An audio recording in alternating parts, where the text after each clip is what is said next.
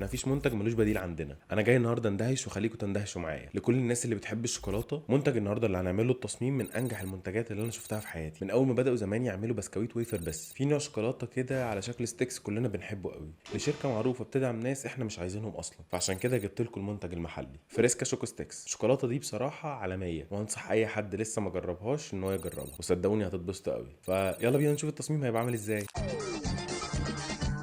هم الحلوين علشان حلوين يعملوا كده هو، ولا الطعمين علشان طعمين يتقالوا كده هو. كده هو، كده هو، وكده كده كده كده كده كده كده الله يسامحك. كده هو، كده هو، وكده كده كده كده كده كده كده الله يسامحك يا اللي بان. هم الحلوين علشان حلوين يعملوا كده هو، ولا الطعمين علشان طعمين يتقالوا كده هو. كده هو، كده هو، وكده كده كده كده كده كده كده الله يسامحك يا اللي بان. وبس كده، ده كان تصميم بسيط لشوكولاته فريسكا شوكو ستيكس. يا رب يكون عجبكم، واكتبوا لي في الكومنتات اي منتج تاني انتوا مش عارفين ان هو ليه بديل، وان شاء الله هلاقي لكم البديل. سلام.